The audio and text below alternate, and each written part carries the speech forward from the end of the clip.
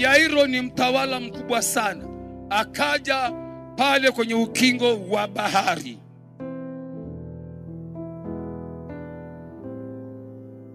Na mavazi yake ya kiutawala na kitambulisho chake cha utawala, mkuu wa sinagogi.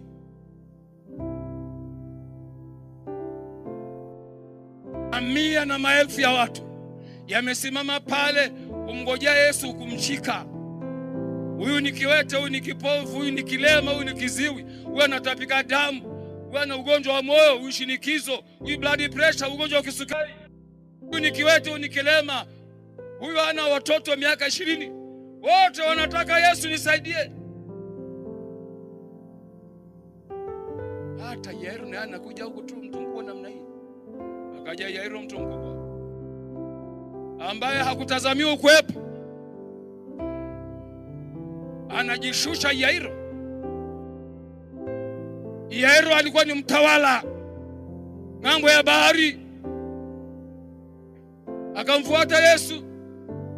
Watolea mbali niaibike, heshima yangu iishe. Wanataka wabakie kwenye ukuu wao tu, majina yale.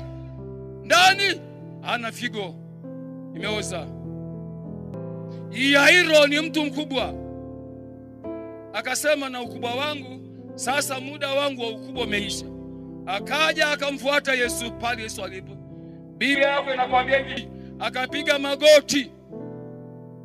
Piga magoti kwa Yesu leo uone.